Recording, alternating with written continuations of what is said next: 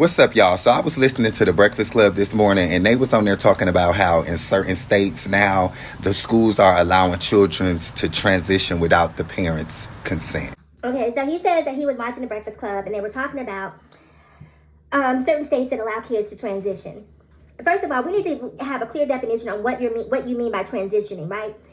If you're talking about surgical transition, a school is not allowed to do that. A school cannot make medical decisions on behalf of a child. That just doesn't happen, okay? So I'm not quite sure what you mean by transitioning, but if we're going to have a conversation around transition, let's first of all define the term transition. And let's also be honest, some of you guys leave the house as good, some of you people leave the house as good girls and transition from daddy's little girl to hoes on the way to school, right? Some of you transition from good boys to thugs on the way to school, right? So transitioning isn't just something that is specific to LGBTQIAP plus children, right? Because for kids, transitioning at the school level very often may mean recognizing them as a name that they preferred and recognizing them by the gender that they prefer. It doesn't have anything to do with any sort of medical intervention. Let's be clear about that, okay? So let's start there. And this is the part I feel like a lot of y'all adults are failing to realize when it comes to children. Transition, that's mental health. Anytime you wake up and believe that you are something that you was not born as, I know a lot of y'all have a hard time accepting it because it sounds so harsh, but it's the truth. Being trans, that's a mental health disability. Okay, and let's talk about something else that's mental health. You know what else is mental health? Bullying, okay? Parents who don't support their children cause mental health. This is why you wind up with all of these maladjusted adults, right? This is why a lot of women wind up with these quote-unquote DL men that you hear them complaining about, because people are trying to tell you who they are, okay? But instead of trying to hear who they are, you want to make them into who you believe they should be. Now, you can force a square peg into a round hole if you want to. But understand the repercussions of doing that long term might affect you. It might affect the women in your life, the daughters who they date. There are some real strong implications from denying people the right to be who they are. Unfortunately, kids aren't born with a sticker that says, hey, I am a trans child. You have to be aware enough and astute enough as a parent to listen to the child. No one is talking about medical intervention. Transition happens in phases, if at all. And so some kids, transition may begin with simply allowing them to grow their hair if that's what they choose to, or cut their hair if that's what they choose to do while they're on this journey of self-identity. That is what transitioning means. But a lot of you guys are so concerned with genitalia that you don't even understand that there are nuances when it comes to the word transitioning. Now, I'm not saying those people don't exist. I'm not saying that they aren't human. I'm not saying that they should not be loved. I'm not saying that there's not a such thing as transgender people. But what I am saying is that's a mental health disability. That's something that a kid should not go through.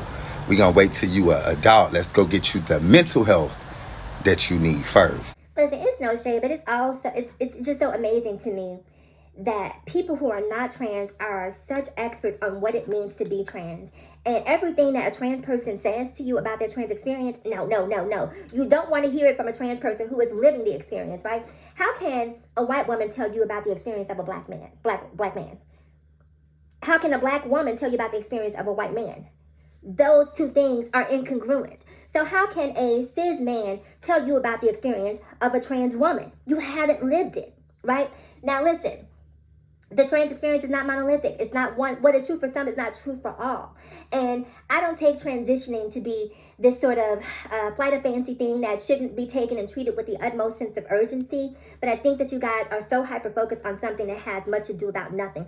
The reality is most of you don't even know trans people, right? And the reality is most of you who have come in contact with trans people have done so without any sort of occurrence, so that you don't even realize that you're in the same space as someone who's trans. You're just going about minding your own business, which is what you should be doing. Okay? You waking up not comfortable in the skin you was born in. That's mental health. I'm not saying that a kid shouldn't be able to be who they want to be or that you shouldn't accept them.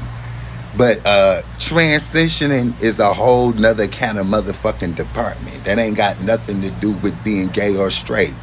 That's you not being comfortable in the skin that you was born as. And me as the parent, I got control of that over my motherfucking kid because it's my job to make sure that they well-being and mental health is at 100%, okay? So, no, can't no bitch at no school make no decision that me as the parent. What the fuck are y'all motherfuckers really doing around here? What is really...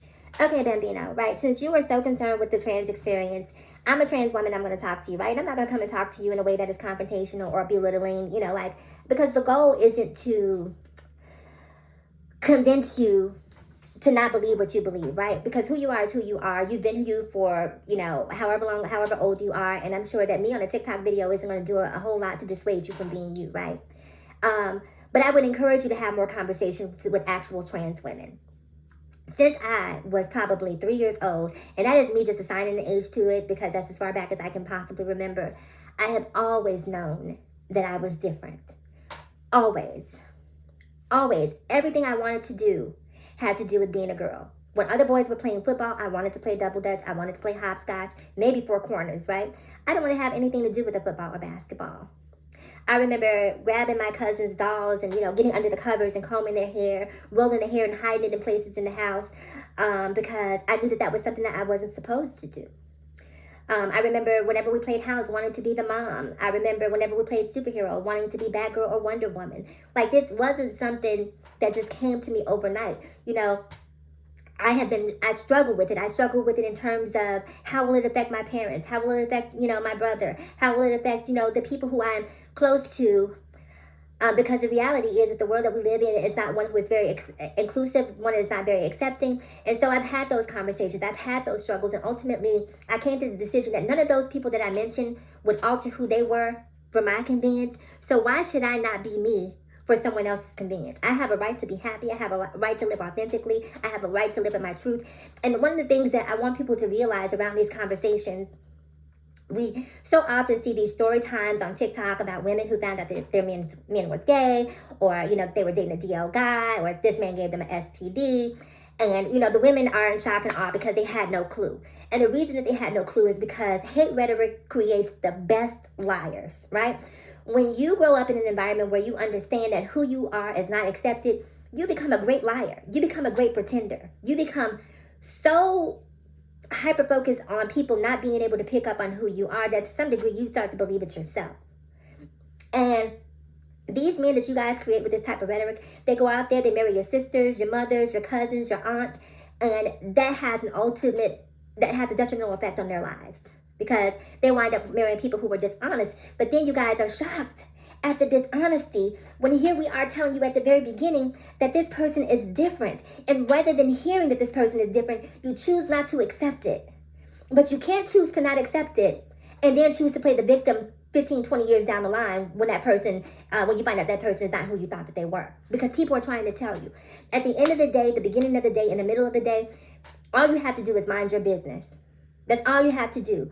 This notion that kids are transitioning needs to stop. Kids are not transitioning. Transitioning is a multi-step process, right? Sometimes transitioning is, like I said, allowing your kid to paint their nails. Sometimes it might be allowing your child to grow their hair. Sometimes it might be allowing your child to wear a skirt if they choose to, or maybe wear a baseball cap if they choose to. Something that makes them feel like the gender that they truly are.